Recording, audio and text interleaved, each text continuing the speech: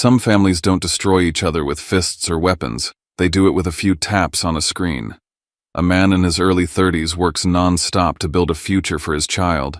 And in a single night, every account gets wiped out by his own brother, the same brother who takes the trust, vanishes with his girlfriend, and leaves a father standing in shame, fear, and one brutal question: how does he keep a roof over his kid's head tomorrow? People love to say blood is blood. But there's another truth everyone knows: the deepest damage often comes from the person you let closest. So when family turns into a threat, what's the right move? Stay quiet to protect the family name, or cut the cord to protect the child who's depending on you? Before we dive into today's story, let us know where you're tuning in from. It's always amazing to see how far these stories travel. And if you're new here, subscribe so you don't miss what comes next. Now, let's listen to him from the heart. My name is Keaton Vale. I'm 32 and I make a living cleaning up other people's worst days. I'm the guy companies call when something breaks at 2 a.m., when an account gets hijacked, when a system gets hit, when a quiet Tuesday turns into a fire alarm. That night in Minneapolis wasn't supposed to be anything more than late work and stale coffee. It was midweek, the kind of night where the city feels like it's holding its breath.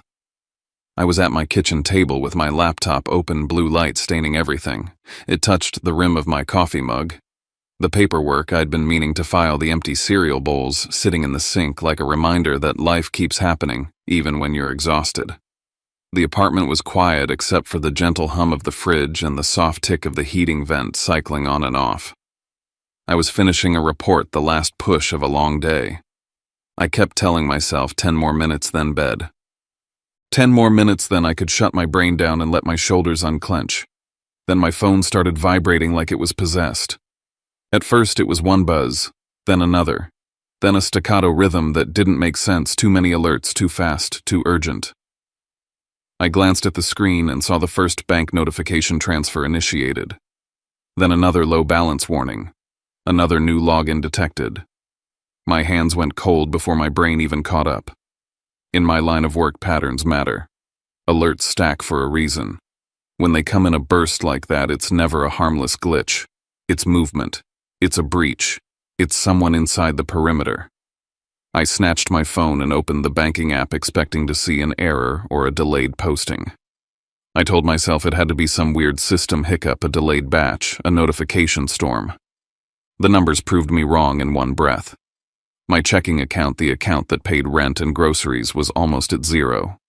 My savings gone. The emergency fund I'd built brick by brick after years of scraping gone.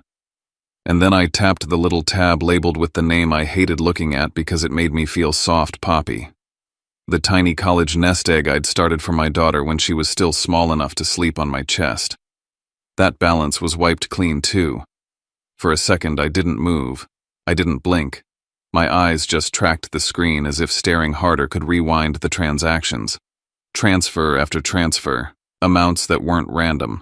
They were smart. They were prioritized. Whoever did it knew where the money was.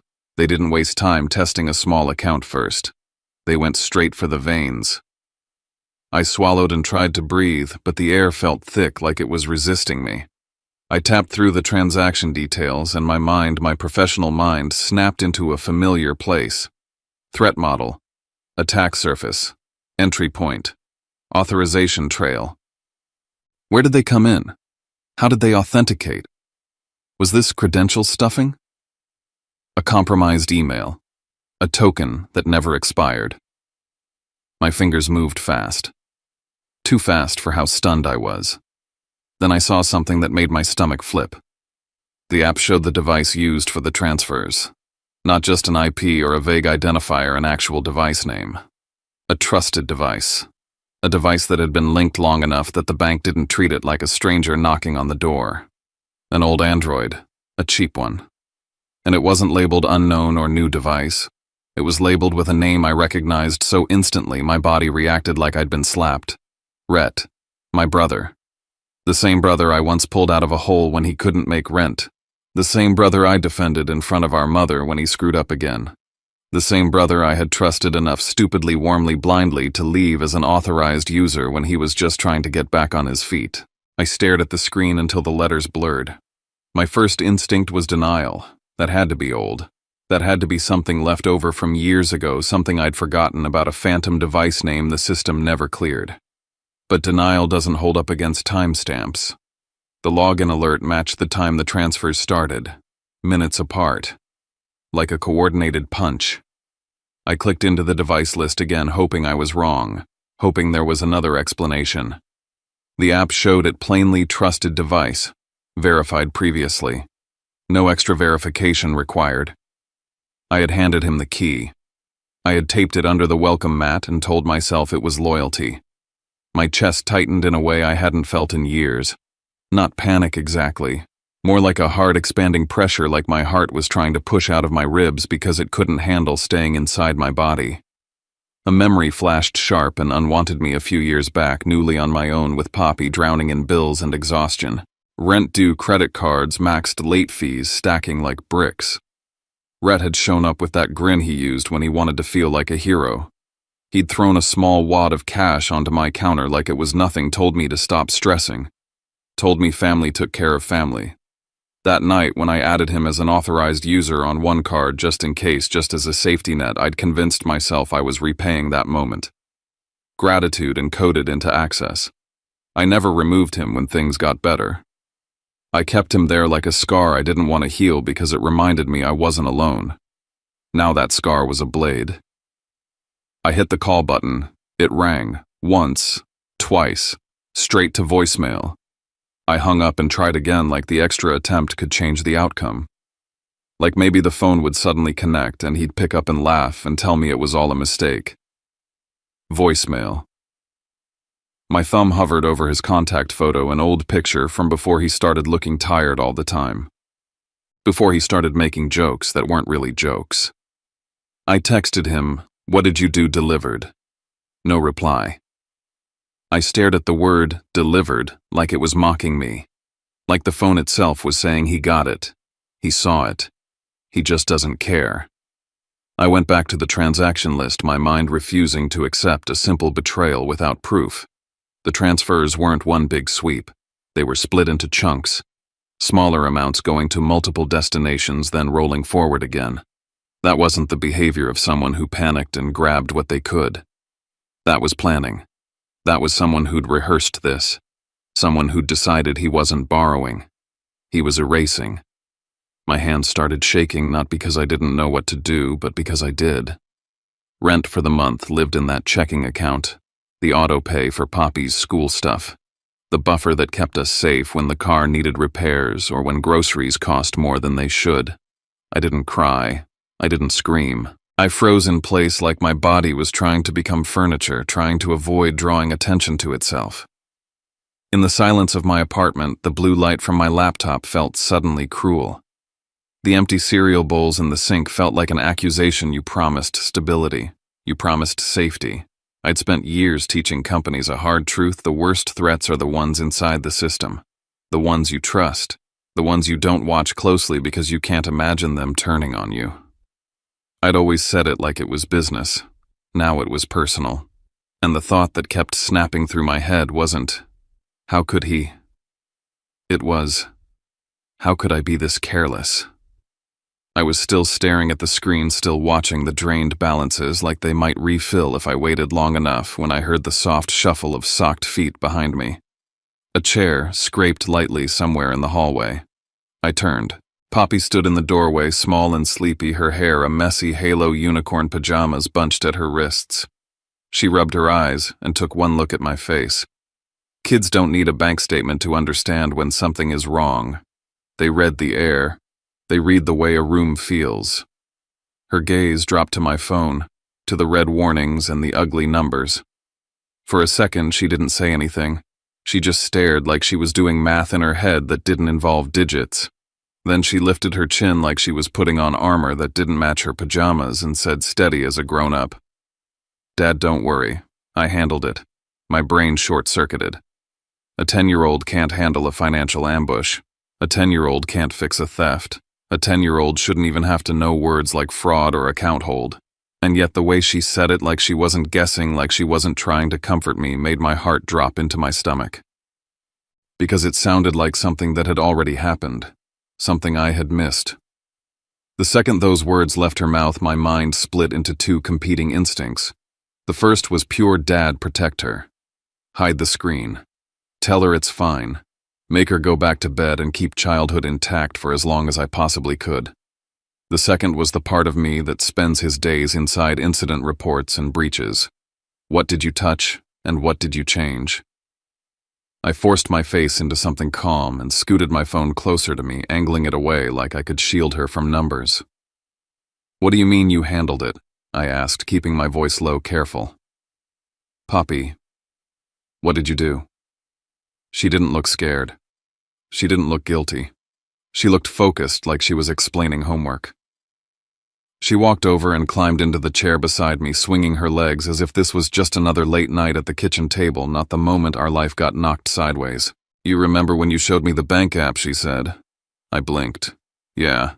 You said if anything ever looked weird, I should hit the little flag thing and tell you right away, she continued like she was reciting a rule. You said sometimes bad guys don't wear masks. Sometimes they just use phones. The fact that she remembered that something I'd said months ago casually, the way parents drop advice like breadcrumbs, made my throat tighten. I was on your phone earlier, she went on playing that puzzle game. And then I saw a text from the bank. It said there was a new login. My skin prickled. I opened the app, she said, and the numbers were moving, Dad. Like, down. Fast. She made a little motion with her hand, like watching something slide off a table. It felt sketchy. She looked at me with a kind of fierce seriousness that didn't belong to a 10-year-old. So I hit the emergency freeze button, she said. And I reported the device. For a second, the room tilted. My eyes snapped back to the top of the app. In my panic, in the first blast of adrenaline, I hadn't truly processed the small banner sitting there like a quiet miracle. Temporary hold applied. Suspicious activity under review. My breath caught. I leaned in closer as if I didn't trust what I was seeing. You? Froze the accounts, I said, and I hated how thin my voice sounded. Poppy nodded like she couldn't believe I was asking. Yeah, because you told me. You said if something feels wrong, don't be polite. Hit the red button. I scrolled the transaction list with trembling fingers. Most of the transfers were marked as completed. Too many, too much. A part of me ached so hard I felt it in my teeth. But near the bottom, near the end, there it was. A final transfer, initiated but not cleared. Pending. In limbo. Rhett had nearly gotten everything. Nearly. My daughter had slammed the digital door on his hands. Relief hit me so fast it made me dizzy. It was the kind of relief that tastes like shame because it arrives wearing the face of a child. I'm the professional. I'm the one people pay to protect entire networks. And I hadn't been the fastest person in my own home. How did you know it was him? I asked, even though part of me already knew. I could feel the shape of the answer in the way her eyes flicked toward her tablet. Poppy reached under her hoodie and pulled it out like she'd been waiting for the question. Because of Find My, she said. I frowned. Find My, she tapped the screen a few times and turned it toward me. On the map were dots, little circles that represented people who mattered. Mine, hers, and one more. Remember when we went to that festival by the river last summer, she asked. You made me share my location with you, and you shared yours with me. And Uncle Rhett was there, so you added him too because you said it was safer. I remembered. Of course I remembered. I'd been paranoid about crowds. I'd been the careful dad, the cybersecurity guy who thinks about worst-case scenarios. I hadn't thought about this scenario. You never turned his off, she said simply. The dot labeled Rhett was blinking in a spot north and east, nowhere near Minneapolis, a motel icon near Duluth. My stomach clenched. When the bank text popped up, Poppy continued, I checked the map. His dot was there. You weren't. So I knew something was wrong, and I don't know. It felt like someone was doing something bad. She shrugged like basic geolocation was just a normal part of being 10 now. For a beat, I couldn't speak. I just stared at the map at the dot that represented my brother. My brother sitting in a motel room while my accounts drained like a bathtub with the plug pulled. My anger, which had been wild and shapeless, sharpened into something bright and clean. He hadn't just violated my trust. He'd done it knowing there was a kid sleeping down the hall who depended on me. And I could already hear his old excuses in my head like a haunting, "I'll pay you back. I just need a little time. It's not a big deal. We're family." Family. I looked at Poppy, and the word felt different now, heavy in the wrong way. "Are we going to be okay?" she asked quieter. The bravery on her face flickered for a second, and underneath it I saw the child. "I don't care about stuff," she said, almost tripping over the word. Are we going to have to move?" That question cut deeper than any missing balance. I pulled her into my arms and held her tight, feeling her small body warm against my chest. I wanted to promise her the world. I wanted to make it simple. But what I owed her more than comfort was truth shaped into safety. "We're going to be okay," I said, forcing the words to sound like a plan and not a prayer. "He tried to take everything. But you stopped him from getting all of it." She didn't smile, but she relaxed just a fraction. And now I added, and I could feel my own voice hardening, "Dad's going to handle the rest." I released her gently and turned back to the screen.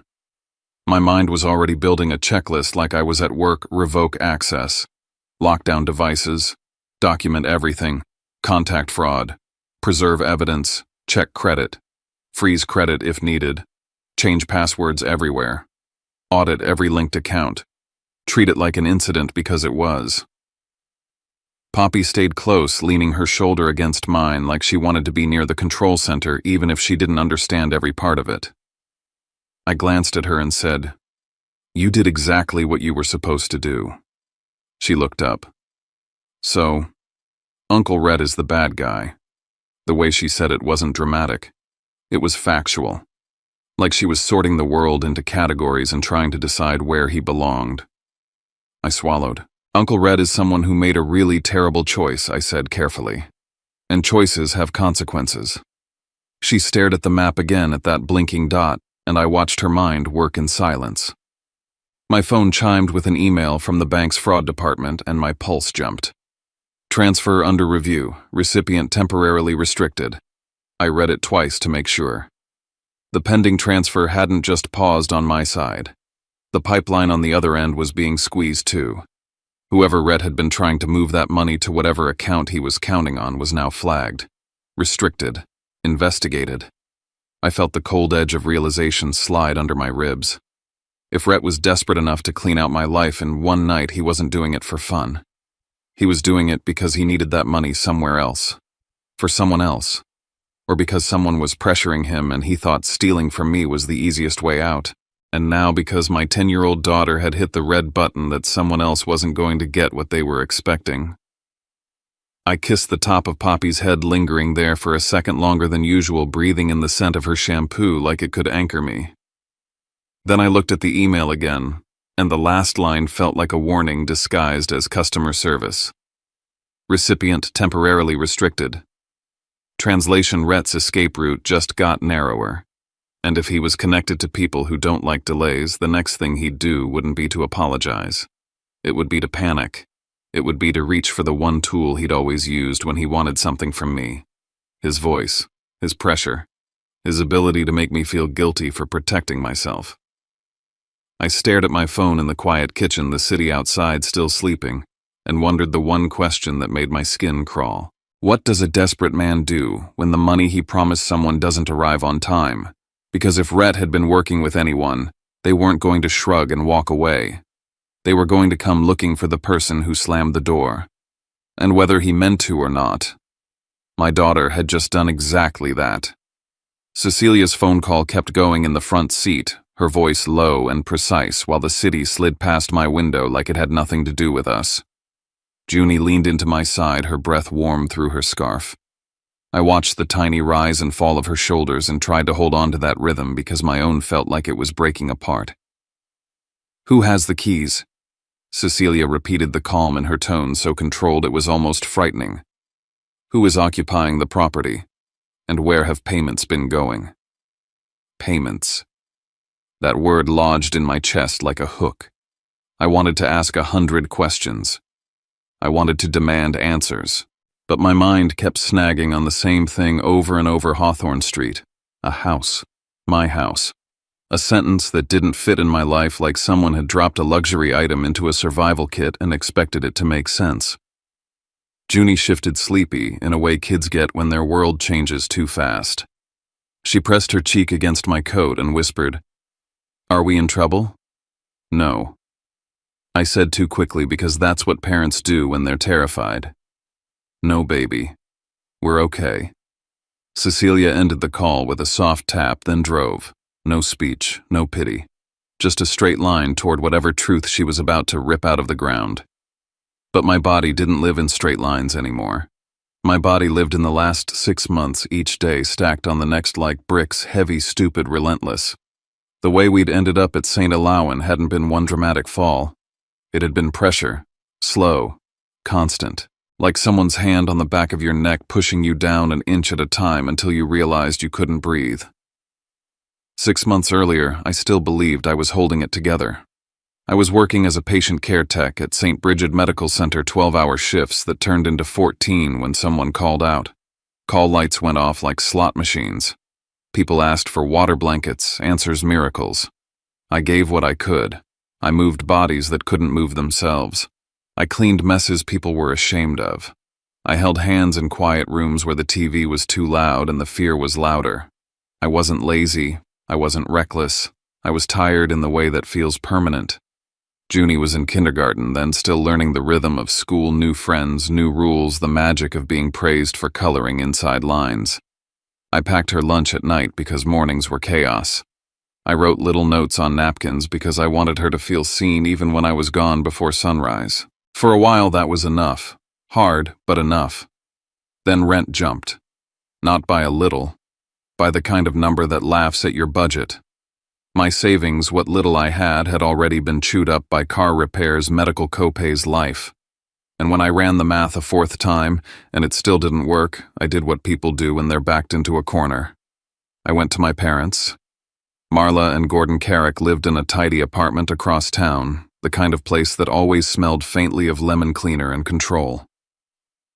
When I told them I might need help for a little while, Marla's face softened into something that looked like concern. "Family supports. Family," she said, reaching for Junie's hand like she was a charity project. "And Junie needs stability."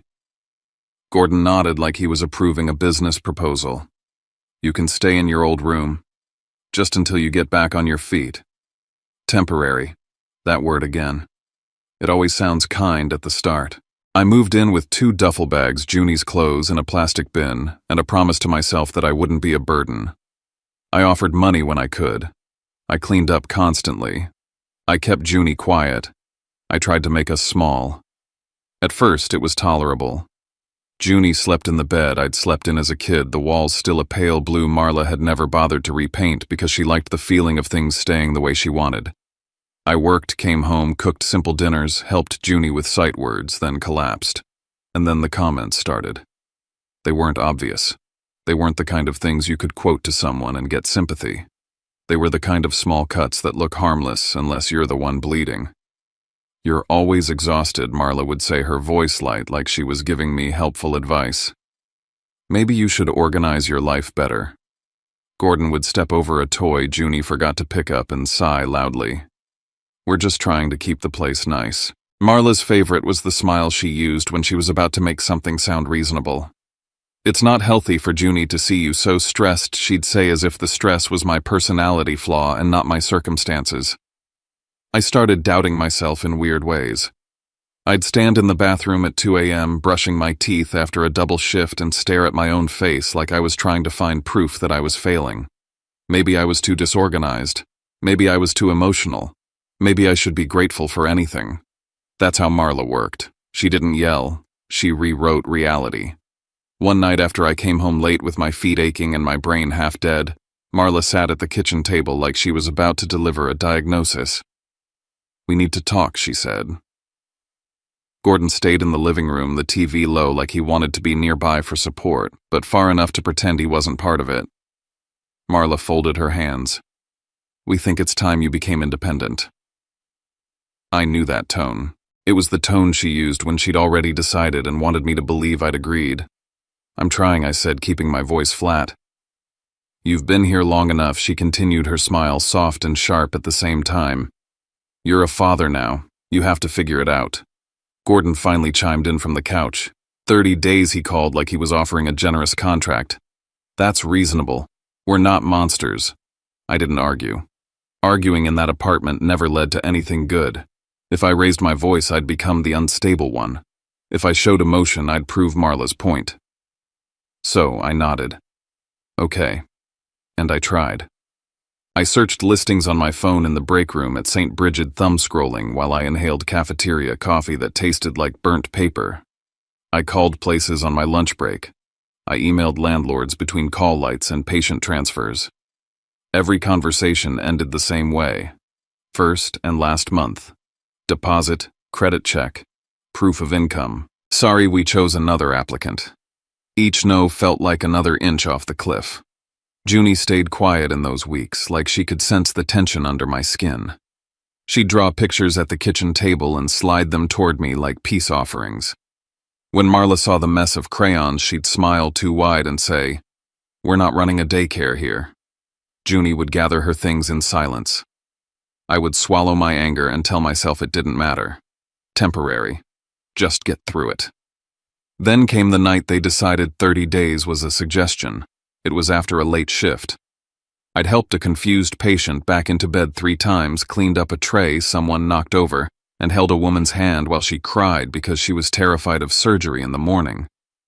I got off after midnight, drove home on autopilot, and parked in the lot outside my parents' building. The hallway light was on. Something in my gut tightened immediately. 2 cardboard boxes sat outside the door. My boxes. At first, my brain refused to accept what I was seeing. It tried to label it as something else, a mistake, a prank, someone else's stuff. I stepped closer. My name was written on the side in Marla's neat handwriting. I grabbed the doorknob and tried it. Locked. I knocked once, then again harder. Silence. I knocked a 3rd time, the sound echoing down the hall like it was announcing my humiliation. Finally, the door cracked open. Marla's face appeared calm, composed, as if this was a normal Tuesday. "You need to keep your voice down," she whispered sharply. "Neighbors. Why are my things outside?" My voice came out rougher than I meant. Gordon's voice floated from inside, bored. "We told you, Lysander. Independence." "It hasn't been 30 days, I said, and I hated how my voice shook. Marla's expression hardened just slightly. "Plans change." I glanced past her shoulder into the entryway. Junie was curled up on the floor by the shoe rack, her little jacket folded under her head like a pillow. Shoes still on. Like they'd placed her there hours ago so I could scoop her up and disappear without waking up the whole apartment. My chest went cold. "Where are we supposed to go?" I hissed. Marla's smile returned, thin and satisfied. "You'll figure it out," she said, like she was praising my resilience while pushing my face into the ground. "You always do." Then she added almost gently, "Don't make a scene." I stood there with my boxes in the hallway, the light buzzing overhead, the air too warm and too dry. I stepped inside just long enough to crouch and slide my arms under Junie. She made a tiny sleepy sound and wrapped her arms around my neck, automatically trusting me without question. Marla's hand was already on the door. As I backed out into the hall, Junie mumbled against my shoulder. "Daddy, it's okay," I lied. "We're having a sleepover." The door shut with a soft click. That click was louder than any yelling. I shoved the boxes into my car and drove without knowing where I was going. Streetlights blurred. My hands shook on the steering wheel. Junie slept across the back seat, her small body curled like a question mark. I don't remember most of that night. I remember sitting in a parking lot somewhere with the engine off, listening to the ticking sound it makes when it cools down. I remember thinking, how did this happen over and over until my brain felt bruised? The next day I tried to fix it because fixing things was my skill set. That's what I did at work. That's what I did in life. I called Marla. No answer. I called Gordon. He picked up once, voice flat. "We're doing this because we love you," he said like he was reading from a script. Tough love. Then he hung up. I went to work anyway because bills don't pause for grief. I smiled at patients. I made jokes. I helped people stand up when their legs wouldn't cooperate. Then I went back out to my car and watched my own life unravel in the rearview mirror. We stayed in a motel for one night, then a second, the kind of place that smells like stale smoke even when it claims to be non-smoking. Junie thought the ice machine was exciting. I smiled and pretended that was the point. On day 3, the money ran out. I slept in the car with Junie in the back seat, my coat pulled over her like a blanket, my eyes open all night because I didn't trust the world.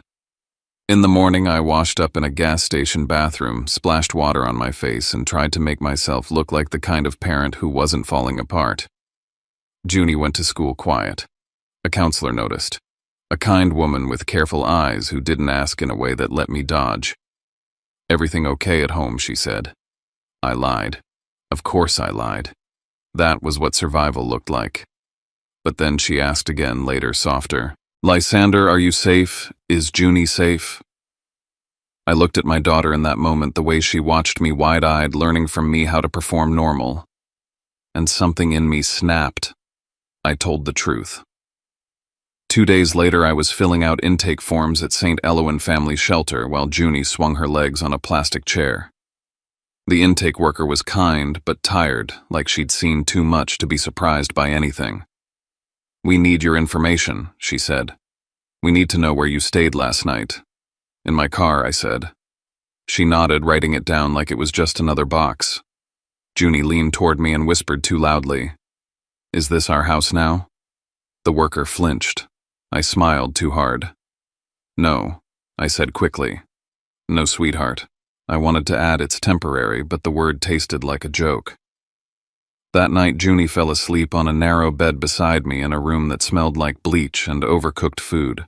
I lay awake listening to the sounds of other families behind thin walls, coughing babies, crying, someone whispering, "It's okay," over and over like a prayer. My phone sat heavy in my hand. I thought about calling Cecilia. I thought about the way she looked at me when I was a kid, like she could see what I would become before I did. I thought about the way Marla always talked about her, like Cecilia was a force of nature. You didn't bother unless the house was on fire. "Your grandmother hates drama," Marla used to say. "Don't embarrass yourself. She doesn't like weakness." I stared at my phone until my eyes hurt. Then, like she could sense the thought through the air, Marla texted me. It came fast, too fast, like she'd been waiting for it. "Don't bother Cecilia. She's overseas. She's busy. Don't drag her into this." I read it 3 times, feeling my pride flare like a stupid little shield. I didn't want to look pathetic. I didn't want to be the grown man calling his wealthy grandmother from a shelter like a child asking to be rescued. So I didn't call. I told myself I'd handle it. I told myself Junie and I would climb out on our own. And in doing that, I gave Marla what she wanted most. Time. When Cecilia pulled into the Palmetto Diner parking lot, I realized I'd been holding my breath for the entire ride. The diner looked like a postcard version of comfort warm windows, a bell on the door, the smell of syrup and coffee drifting out every time someone walked in.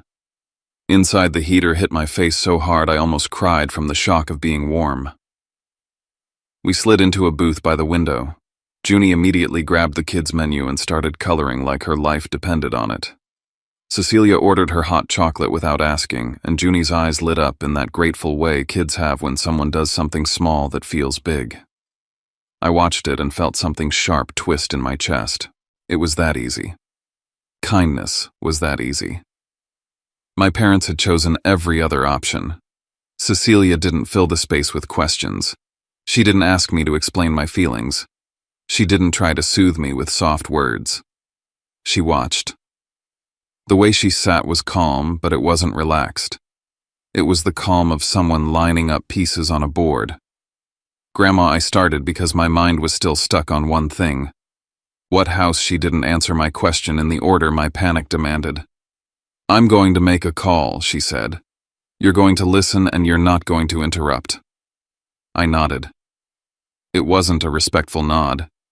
It was the nod you give when you're strapped to an operating table and the surgeon tells you not to move.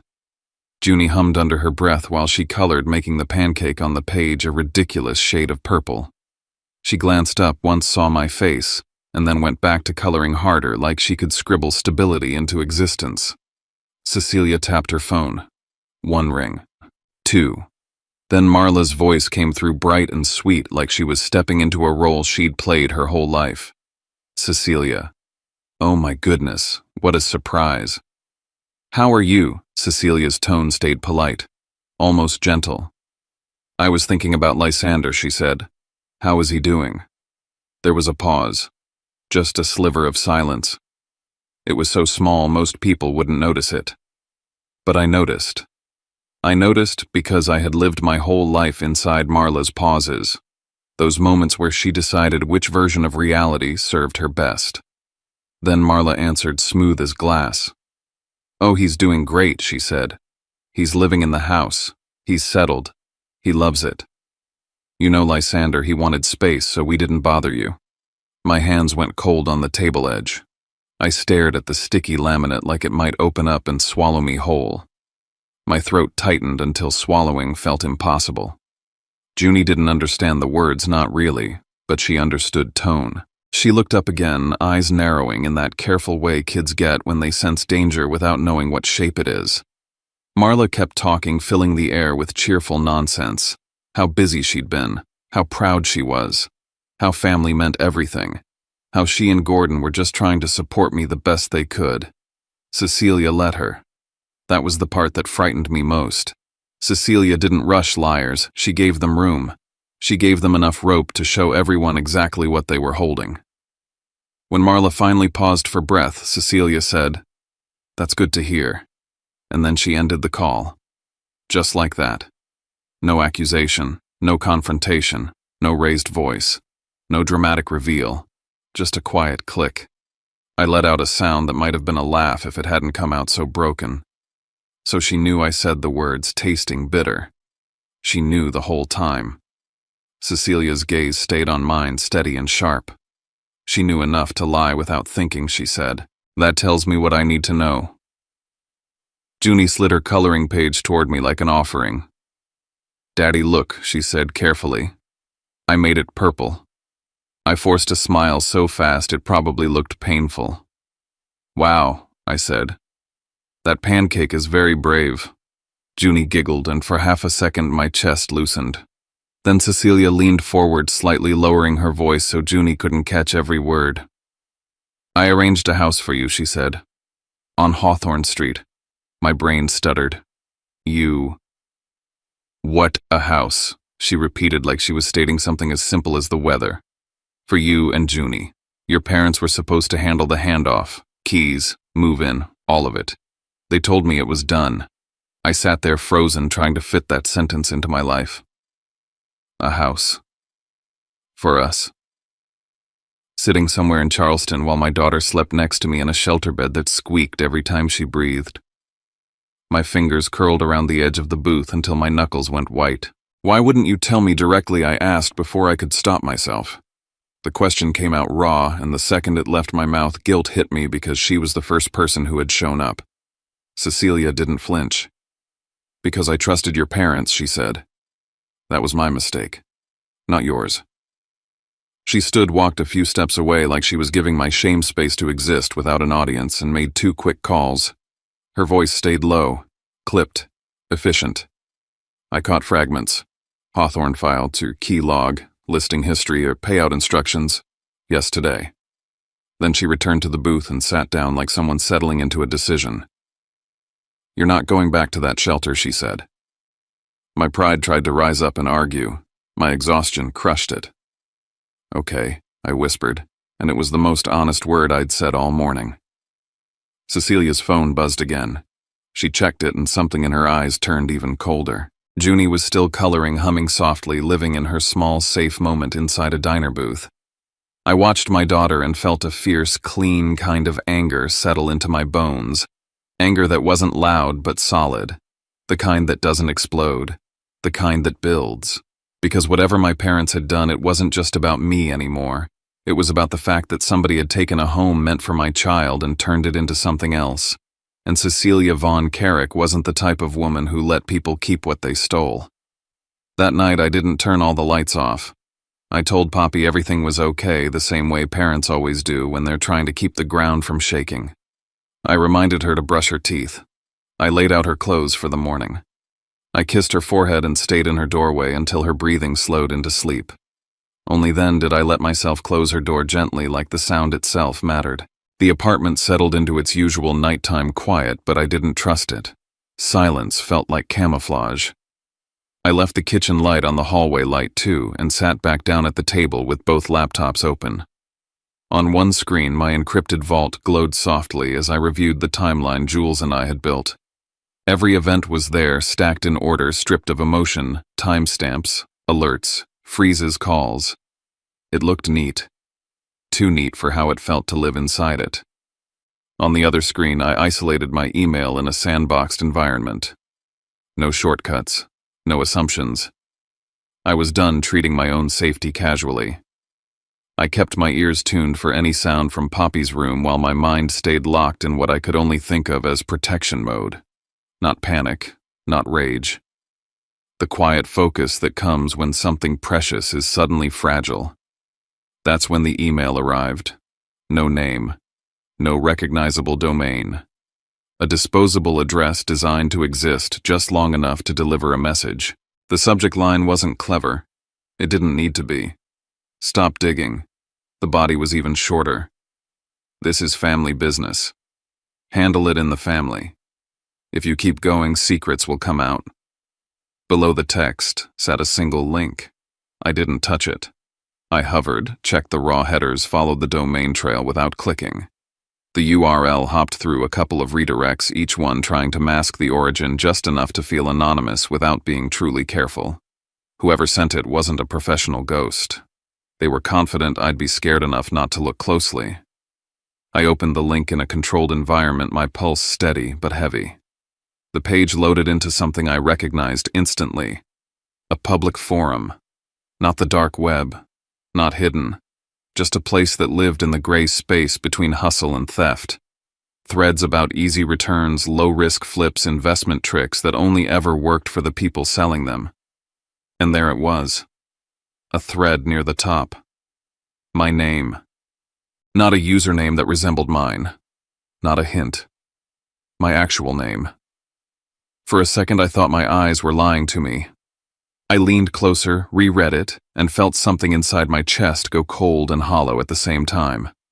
Inside the thread were screenshots. My LinkedIn profile cropped just enough to make it look official. My job title. The company site linked cleanly like an endorsement. A photo pulled from a school tech fair months ago trimmed down so it showed my face and Poppy's shoulder, her name half visible on a badge I hadn't even noticed in the original picture. They hadn't hacked me to get this. They'd just taken it. Public pieces rearranged into a threat. I scrolled slowly, forcing myself not to rush. Panic makes mistakes, and mistakes leave gaps. The original post framed me as a problem.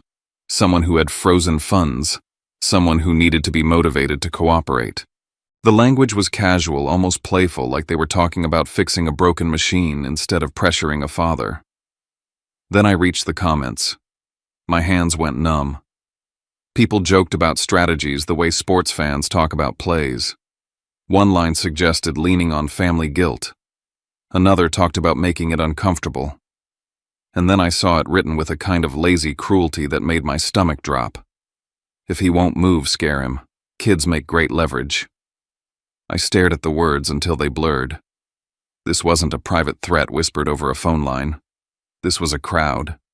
A group of strangers brainstorming ways to push me into compliance, turning my life into a case study. I felt the cold creep up my arms, the kind that doesn't feel like fear at first, just absence. Like warmth leaving your body. I kept scrolling because stopping wouldn't undo what I'd already seen. That's when I noticed the handle of the person who started the thread. It wasn't a name I knew from my own circles, but it rang anyway. A faint echo from old conversations. From Rhett bragging late at night, beer in hand, talking about a guy who could sell anything, who knew how to pull people into deals and keep them hooked. Troy Rell. Seeing that name there was like finally spotting the shape of something you've been bumping into in the dark. Rhett wasn't acting alone. He was a piece on a board I hadn't known existed. And if Troy Rell was involved, this wasn't a one-off theft fueled by bad decisions. It was part of a system that used people until they broke. I didn't let myself sit with the fear. I turned it into work.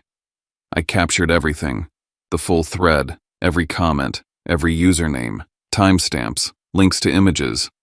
I documented the context, labeled it clearly, and dropped it into the vault with notes that didn't soften the truth. Public exposure implied threats, references to a child. Then I messaged Jules. They posted my info. Mine and Poppy's. There are comments about targeting kids. The reply came back almost instantly. Okay, that changes the lane. A few minutes later, Jules followed up with something that made my decision settle into place. I have a contact at the State Financial Crimes Unit. If you're ready, I can loop them in. I didn't hesitate. I had heard Rhett's voice crack on the phone. I had seen strangers type my daughter into a strategy discussion. I understood the rules now. If I tried to handle this quietly, privately, I was playing on their field. I typed back, "Do it." I was saving the last screenshot when my phone buzzed again. Another unknown number. This time it wasn't subtle. "You really think strangers are going to save you?" I didn't reply. I looked down the hallway toward Poppy's room. The door closed, her small life temporarily safe behind it, and felt something inside me lock into place. Tomorrow, this stopped being something I managed alone. And if Rhett called again, I wasn't going to just listen. I was going to guide him. The next morning, I moved like every decision mattered more than it used to. I got Poppy ready for school early, double-checked drop-off plans, made sure she'd be with adults I trusted. I didn't post anything online. I didn't check social feeds. I didn't give the world even a hint of our routine. Once she was safely out the door, I laid everything out on the table. The timeline, device logs, screenshots of the thread, the anonymous email, a written transcript of Rhett's call word for word as close as memory and notes could make it. I labeled the folder the way professionals do when they want to be taken seriously. Victim packet. Jules set up the call. Detective Maren Holt appeared on my screen from a small office with file boxes stacked behind her. No drama, no raised eyebrows, just focus. She listened without interrupting as I walked her through it all from the first alert to the forum thread. When I finished, she leaned back slightly and nodded once. "This isn't a family dispute," she said. "This is identity-related fraud, wire fraud indicators, and intimidation tied to doxing." Hearing it framed that way steadied me. It gave the chaos edges. Holt gave clear instructions. Preserve everything. Don't respond to threats. Don't confront Rhett without coordination. If he reaches out again, tell us immediately. We can use that, she said. If he talks. As we talked through the evidence, something else came up. Holt confirmed what I already suspected: the bank's trusted device and authorized user structure had made this easier than it should have been. Under the right escalation, some transfers might be recoverable. But that also meant pressure on Rhett was increasing. "He's going to feel the squeeze," Holt said. "And squeezed people make mistakes." Then she asked a question that landed heavier than I expected. "Are you certain your identity wasn't used to convince other people to hand over money?" I thought of my LinkedIn profile sitting in that thread. Of the word payout. Of the way Rhett talked about them like a group waiting on returns. "I'm not certain," I admitted. "But I'm starting to believe it." Holt nodded. "We'll look." That afternoon, before I could fully absorb the shape of what was forming, I got a message from someone I didn't recognize. "My name is Gideon Pike. I used to work with Rhett. I'm not reaching out to hurt you. I'm reaching out because this is going to get worse." Holt's advice was immediate. "Don't meet alone. Public place. Clear exits. Let us know where and when." I agreed under those conditions. We met near a community center parking lot in the late afternoon, the kind of place where people came and went without paying attention. I kept Poppy well away, locked safely in the car with instructions I'd never wanted to give a child. Gideon looked tired, not dangerous, just worn down, like someone who'd been holding a lie too long. He didn't waste time. Rhett and Veda were tied into a group that lived on forums like the one I'd seen. When I froze the accounts, I hadn't just stopped my money from moving. I'd stalled a chain, and people on the other end were angry. When people panic, Gideon said quietly, they do stupid things. He told me he was trying to get out, that he had a kid on the way, that he didn't want his future tied to that world. I didn't trust him, but I understood leverage when I saw it. When I reported back to Holt, her response was measured but intent. If he's willing to talk, she said, we can build something solid, but it has to be clean. That night, as Poppy drew a long bridge labeled before on one side and after on the other, I realized she was already mapping the same crossing I was. And I knew Rhett would call again. Next time I wouldn't just answer. I'd be ready. Detective Maren Holt didn't sell the plan like a movie. She sold it like a case. When we got back on video the night after Gideon reached out, Holt was blunt about the goal, not revenge, not satisfaction, not a brother getting what he deserved. She wanted a clean sequence of admissions and corroborating evidence so nobody could dismiss this as a messy family feud. Your brother needs to say it, Holt told me. He needs to say he moved the money, that it wasn't his, that he tried to pressure you into undoing the freeze, and that he referenced other people behind him. If he does that, this becomes what it is. A crime with a paper trail. I understood my role immediately, and I hated it. I would be the bait. I would have to sound scared in a way Rhett recognized, soft in a way he expected. The older brother who used to patch his holes before anyone saw them. Holt gave me rules that weren't negotiable. Don't improvise. Don't move the meeting spot. Don't get pulled toward a car, an alley, a quieter corner. Don't let pride or anger start a conversation Holt hadn't planned. Stay disciplined. Let him talk. I sat at my kitchen table with the light still on the same table where my accounts had vanished and practiced lines that made my stomach turn. Poppy was in her room drawing. Every now and then I heard the faint scratch of her pencil through the door like a heartbeat keeping time. The next morning I arranged Poppy's safety like it was an operation with no margin for error. Jules took her to a co-working space where a couple of trusted adults would be around, a place with cameras, controlled access, and no reason for my daughter to be anywhere near what was coming. I told Poppy it was a special day with Jules pizza and the kind of kid-friendly coding stuff she loved. I didn't tell her what I was doing. I couldn't put that weight on her, not even accidentally. Before Jules left, Poppy hugged me hard and whispered, "Be careful." "I will," I said, and meant it with a seriousness that scared me. Then I waited until Holt confirmed their system was ready, recording surveillance and a team in place. Only then did I call Rhett. He answered on the second ring, voice sharp with exhaustion and suspicion. What I forced my voice to crack in the right places. Not theatrical, not too perfect, just enough to sound like I hadn't slept.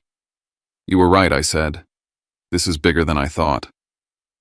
A brief silence on the line, and I could almost hear him recalculating. "What did I tell you?" he said finally, and his tone shifted into something smug and relieved, like he'd been waiting to hear me surrender. "I got more messages," I said, letting my breath catch. "I haven't been sleeping. I keep thinking about her." He didn't ask if I was okay. He didn't ask what the messages said. He didn't say anything about what he'd done. He just went straight to the one thing he cared about. "Then fix it," Rhett snapped. "Call the bank. Tell them it was a mistake." "I talked to them," I said. "They said there might be a way to clean it up if we do it right, like it was a misunderstanding." "You can do that." His voice sharpened, hope and desperation braided together. "If you meet me," I said, "if you sign what they need. We tell a tidy story. Clerical error. Confusion. Something they can file away." He breathed out fast. "You better not be setting me up." "I'm trying to keep my kids safe," I said, "and let that sit there. I'm trying to stop this before it gets worse." He didn't respond to the kid part. He responded to the pressure part. "You already made it worse," he said. "You made me late. You made people angry." Who, I asked carefully. "Rhett, if I'm going to do this, I need to know what I'm fixing. I need to know who I'm fixing it for." A beat of silence. Then sharper. "Don't ask questions. Then give me one reason I should trust you, I said, and my throat tightened on purpose. Because I don't. Not right now. He laughed once brittle.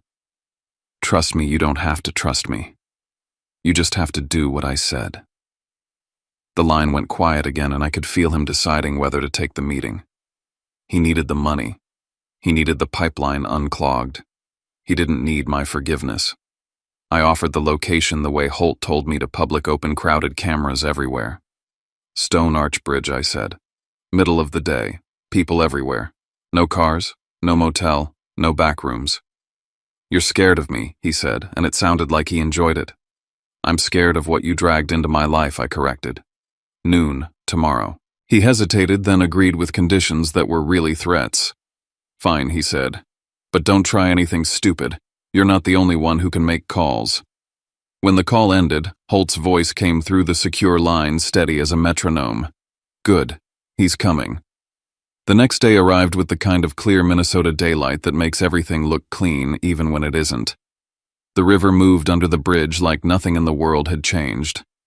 Joggers passed, couples walked dogs, tourists stopped to take photos. Life loud and ordinary, flowing around what was about to happen. Under my sweatshirt, a small recording device sat warm against my ribs, taped in place with instructions Holt had drilled into me. Don't touch it. Don't adjust it. Don't fiddle. Let it work. Gideon was already in position half a block away, pretending to scroll his phone, an earpiece tucked under a cap.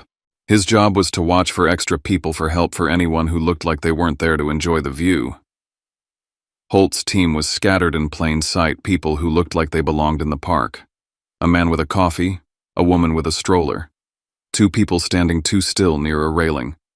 The kind of quiet presence you'd never notice unless you knew to look.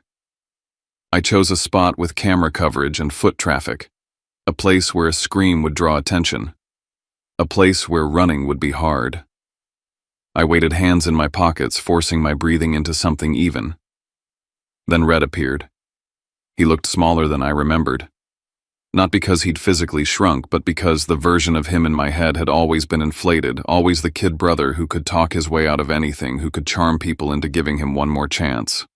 Now he looked like a man who'd slept in bad beds and lived off adrenaline. His hoodie hung looser than it should. His eyes didn't settle. They jumped from face to face, scanning like he was expecting a hit. He stopped a few feet from me and didn't bother with hello. You look like hell, he said. So do you, I replied, and then I forced myself back into Holt's script. We need to do this clean. He glanced around. Where's the paperwork? I held up a folder, bank letters, forms, enough official-looking weight to sell the story if anyone watched from a distance. Right here. But first I need you to say it. He rolled his eyes. Say what?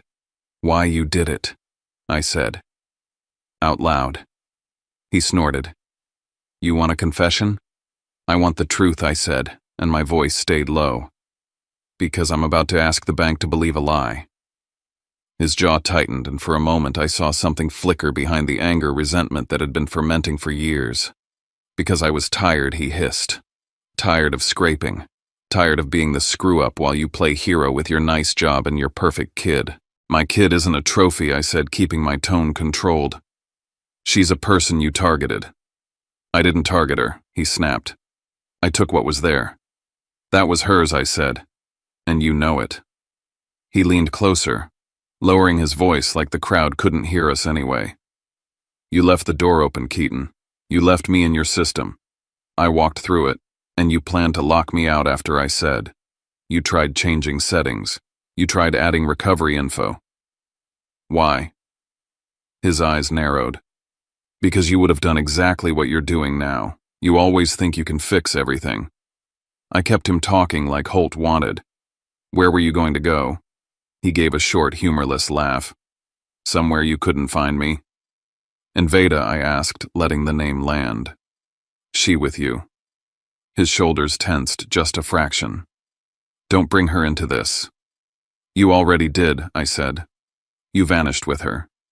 You vanished with my money. He ran a hand over his mouth and I saw the edge of fear again. Not fear of me. Fear of the situation. Fear of the invisible pressure squeezing him from the inside. I told you I'd pay it back, he said. With what I asked. Because all I'm seeing is you moving it into payout channels and investment labels. His eyes flashed. You've been digging. I've been surviving, I said again. So tell me, if I help you undo this, who am I undoing it for? He hesitated, and then his need to dominate the conversation overruled his caution. It's a system, he said, almost spitting the word. It's how you make money fast. People want returns, they get returns. You don't ask where it comes from. And you used my name, I said quietly. My job. My credibility. His lips curled. It helps. People trust you. People hear cybersecurity and they think it means safe. My stomach turned, but I kept my face steady. So you used me as cover while you ran deals. He shrugged like it was obvious. It worked. Behind him, Gideon shifted slightly. A subtle movement, but I saw it. He was watching something. Then I heard a voice cut through the air, tight and shaking. You didn't tell me there was a kid. Rhett and I both turned. Veda stood a few steps away, arms folded tight like she was holding herself together. Dark circles under her eyes, hair pulled back in a way that looked more like survival than style. She didn't look like someone who'd just shown up for a stroll. She looked like someone who'd driven on panic and regret. Rhett's face twisted. What are you doing here, watching you lie? She shot back. Watching you pretend you're in control. He stepped toward her, voice low and dangerous. Shut up. Veda ignored him and looked at me instead. They've been talking about your daughter, she said, and the words hit me like ice water. On the threads, in the chats, they said kids make people move faster. My pulse roared in my ears. Rhett's head snapped back toward her. Stop. You told me this was just taking from your brother, she said, voice cracking. You didn't tell me you were dragging a kid into it. He reached for her arm, fingers digging in, and something in me went very still. In my ear, Holt's voice came through, calm and certain. We have enough. Step back. I took one step away from Rhett, then another. Rhett's eyes darted, seeing the movement, sensing the shift. He started scanning the crowd again, faster now, looking for exits. I held my breath and thought of Poppy at the co-working space, drawing her bridge between before and after. I refused to let her pay for my old softness. The intervention happened so quickly it didn't feel real at first. Plainclothes officers moved in from different angles, badges, flashing, voices clear and controlled. Holt stepped in herself, authoritative, without shouting, like she'd done this enough times to know chaos feeds on noise. Rhett Miller, she said, you're being detained. Hands where we can see them. Rhett reacted on instinct. He backed up, eyes wide, and for a split second I thought he might swing. Then he tried to bolt. He made it maybe 3 steps before someone caught him. He fought like a man who'd always believed consequences were for other people. When they turned him and forced his arms behind his back, the sound that came out of him wasn't an apology. It was a raw, furious yell. Pure disbelief turned into noise. You set me up, he screamed, voice echoing off the bridge. You did this. Holt didn't flinch. Officers secured him with practiced efficiency. I watched his face as the cuffs clicked closed, and I felt something in me detach, not with cruelty, but with finality. The brother I remembered, whatever pieces of him were still alive in my mind, faded under the weight of what he'd chosen. As they held him, he tried to throw one last story at the crowd like a smoke bomb. You brought cops on your own family, he shouted at me. You really did this to your own blood. I looked him in the eye and kept my voice low enough that it was only for him. No, I said. You did this to yourself. I just stopped you from doing worse. For a moment his expression faltered. Not remorse, not understanding. Just the shock of hearing someone refuse to carry his blame. Veda was separated from him immediately, guided a few yards away. She looked terrified, but also relieved, like she'd been waiting for someone else to take control of the crash. Holt spoke to her with a different tone, still firm but less combative. The kind of tone you use when you know a person is standing at the edge of a decision. Veda glanced at Rhett, then away, like looking at him was painful.